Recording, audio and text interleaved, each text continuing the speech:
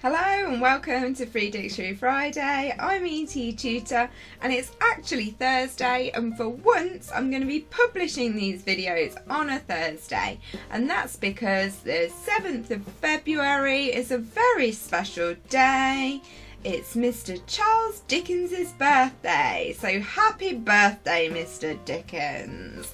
And this video is going to be useful for all you GCSE students, anybody who's studying Charles Dickens, and in particular students who are studying A Christmas Carol. So what we're going to do is look at aspects of Dickens' life, make a few notes as we go, and hopefully you'll feel in a better position to answer any exam questions or complete any essays you need to do. Now, lots of students wonder, well, how much do I need to know about the author? How's that going to gain me marks in a GCSE exam, for example?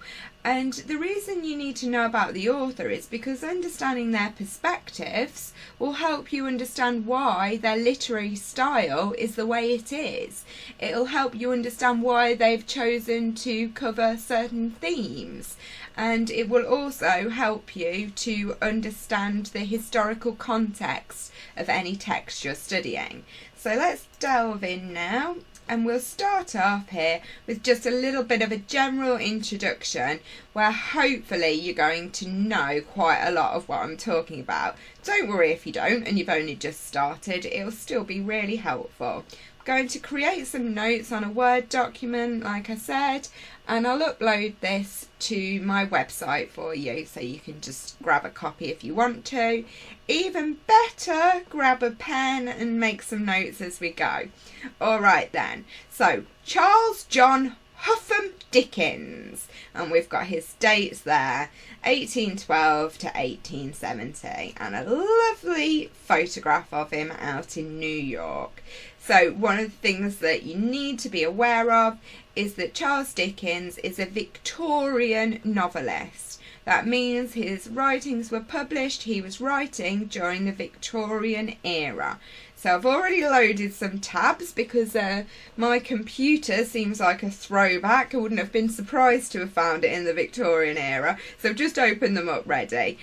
So we can see here the dates, 1837 to 1901, and a picture of Queen Victoria. Now what I've noticed with some younger students is they don't really understand why eras are called the era they are. So the Victorian era refers to the time when Queen Victoria was on the throne, so 1837 to 1901. So if you're studying A Christmas Carol, you know hopefully that falls in between those two dates. You can learn more about the Victorian era if you want to by checking that out. If you're using Free Dictionary, it's always handy just to add things to your bookmarks.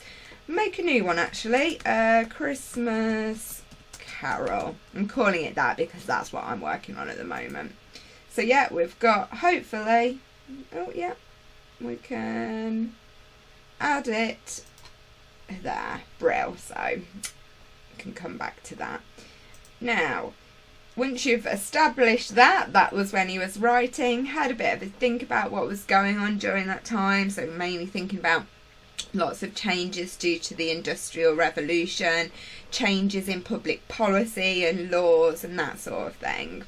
Then the next thing that we really want to be aware of when we're thinking about Dickens is what happened to him in his life that contributed to his writing. So we will have a look now at his early years before moving on to something else in the next video. So, born in Portsmouth, second of 8 children, so obviously families were a lot bigger during the Victorian era. That's something that we see in lots of his novels. His dad had got a pretty good job, things were going all right for him, but unfortunately the family hit real tough times, and this was a major influence on Dickens's writing. So we can see here that his father John had lived beyond his means. So that's a bit of an unusual phrase you might not be familiar with. So basically he'd just spent loads of money he couldn't afford, and he ended up not being able to pay back his debts, so put in to a debtor's prison, which was quite common during these times. We can see a picture here of the actual prison that his dad went to. Even mentions Charles Dickens in this particular entry as well. So it gives you a little bit more flavour if you can see the images. During this time, it meant that Dickens couldn't go to school anymore, and he had to go and work in a factory, which he found extremely difficult. So here we can see that it was 10-hour days at Warren's blacking warehouse, earning 6 shillings, putting labels on shoe polish, on boot blacking. It was really hard work, and it changed the way he saw the world. And there's a really nice quotation here that sheds a lot of light on his motivations for writing A Christmas Carol, and in particular including certain characters. I'm thinking possibly about ignorance and want here. The quote is, "How I could have been so easily cast away at such an age." So because of his family, what his dad had done, he was really questioning and wondering what kind of society would just do that to a child. And as you know, that's something that's really well explored within A Christmas Carol. So we're going to just grab that for our notes. Don't worry, I'll tidy them up a bit before I put them on the website for you.